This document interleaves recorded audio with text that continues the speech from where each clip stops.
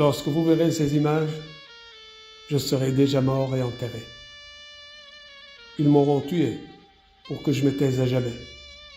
Mais cette vidéo sera mon testament et contribuera, je l'espère, à faire la lumière sur cette mafia de l'ombre, la mafia du sucre. J'espère que mes aveux atténueront un petit peu tout le mal que j'ai fait. Voici mon histoire. J'ai été agent spécial dans la SIA, Sugar Intelligence Agency, une agence de renseignement privé dont la mission consiste à propager la consommation des produits sucrés dans le monde par tous les moyens. Avec Irina, j'ai formé un duo de choc qui faisait l'apologie des produits sucrés et de l'obésité dans toutes les langues. On était devenus de véritables stars dans les réseaux sociaux. On avait des centaines de millions de followers. Grâce à nous, tout le monde mangeait des sucreries sans aucun complexe. Hommes, femmes, enfants. On a réussi le tour de force inimaginable jusque-là de rendre les femmes fières de leur obésité. Un véritable changement culturel.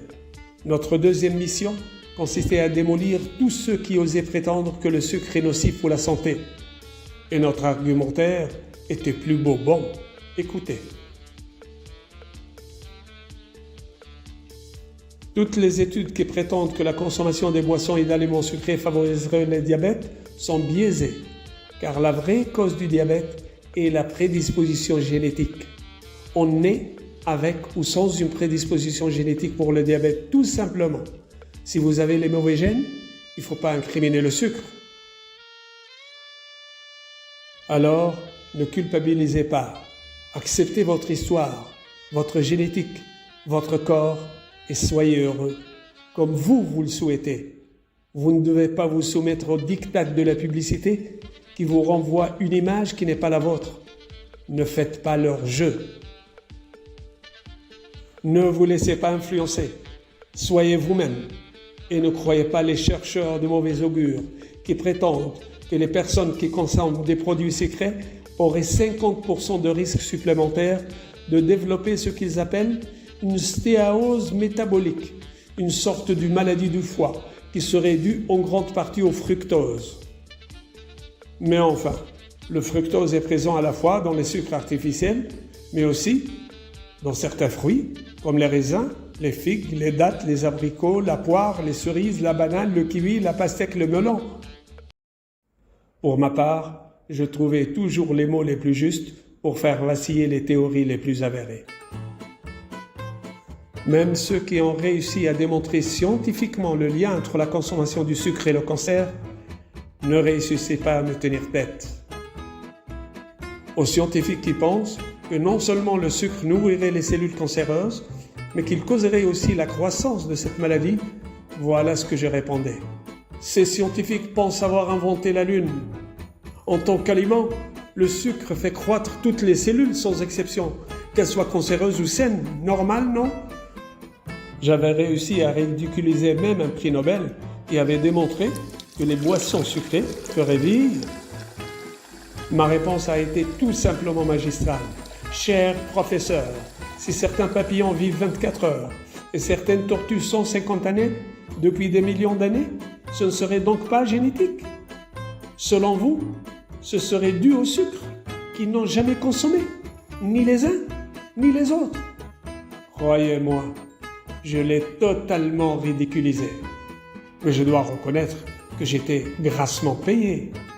Et d'ailleurs, lorsque j'ai commencé à avoir des problèmes cardiovasculaires dus au sucre, personne ne l'a su. Au contraire, j'ai réalisé une vidéo entière pour démontrer qu'en fait, tout peut impacter notre système cardiovasculaire. La pollution de l'air, la pollution de l'eau, nos modes de transport, la pression professionnelle, nos problèmes du couple. Pourquoi donc incriminer le sucre spécialement?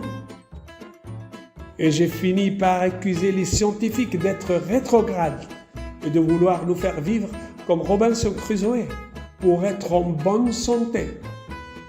Mais la guerre que j'ai menée contre la théorie de l'addiction au sucre a été vraiment épique. j'ai réussi à détruire cette théorie, pourtant correcte, qui stipule que le sucre serait aussi addictif que la cocaïne, en augmentant le niveau de dopamine et en stimulant le circuit de la récompense. Selon les mêmes scientifiques, l'addiction au sucre entraînerait, comme pour les autres drogues, des modifications biologiques durables dans le cerveau. J'ai détruit toutes ces théories en mettant en lumière que les expériences dites scientifiques ont été réalisées sur des souris de laboratoire et étendues aux hommes. Et j'ai poussé au scandale en accusant ces théoriciens de mettre sur le même pied d'égalité les bébés et les souris. Imaginez la colère des parents. Et comme le public est crédule, la pilule est passée et on en a rigolé beaucoup avec le reste de l'équipe. Ensuite, j'ai passé un autre cap dans mes argumentaires en affirmant que le sucre est la solution aux grands problèmes du XXIe siècle. Et ça, c'était du pur génie. Vous en doutez? Suivez mon raisonnement et vous allez changer d'avis.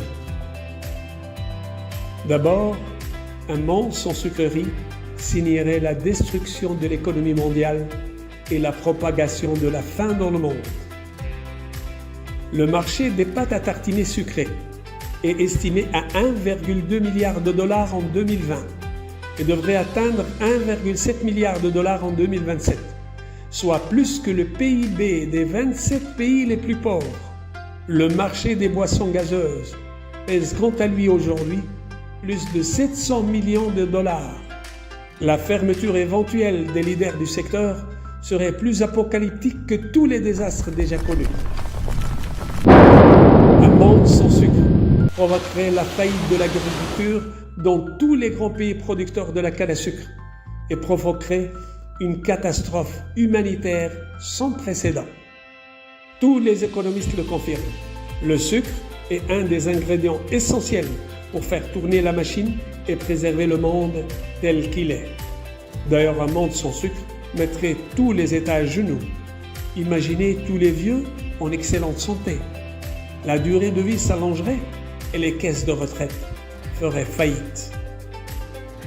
Vous m'imaginez moi en train de faire du sport? Ce serait un suicide. En d'autres termes, un monde sans sucre sonnerait le glas de la fin du monde. Tout simplement.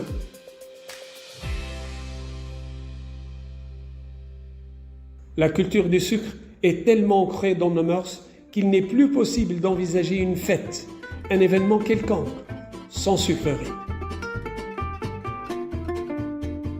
En plus des femmes et des enfants, le marché des sucreries destinées aux animaux constitue désormais une niche stratégique porteuse. L'image des sucreries a été tellement travaillée par les experts en communication que ça aide désormais à séduire et à fantasmer.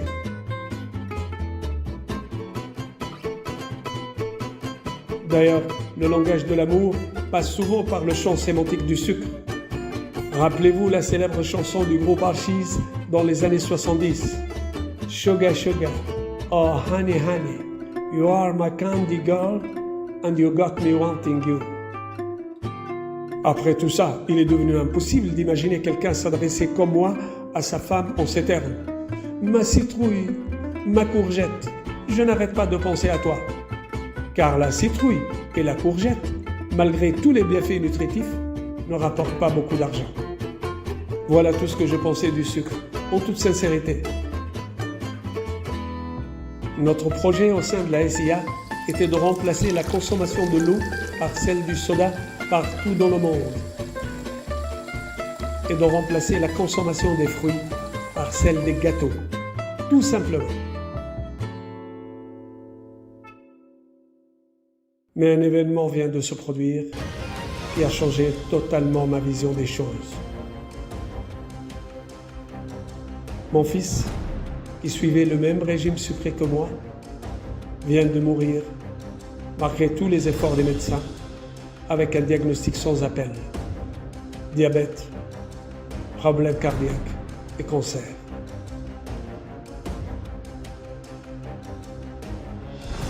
Alors j'ai décidé de tout balancer à la presse et sur YouTube. J'ai tous les noms de tous les participants à ce projet de destruction. Tous les journalistes que nous avons achetés. Tous les scientifiques que nous avons corrompus. Tous les politiciens pour qu'ils ferment les yeux sur les dégâts du sucre. Mais il faut que je fasse vite, car j'entendais pas. Se peut-il qu'il soit déjà au courant ?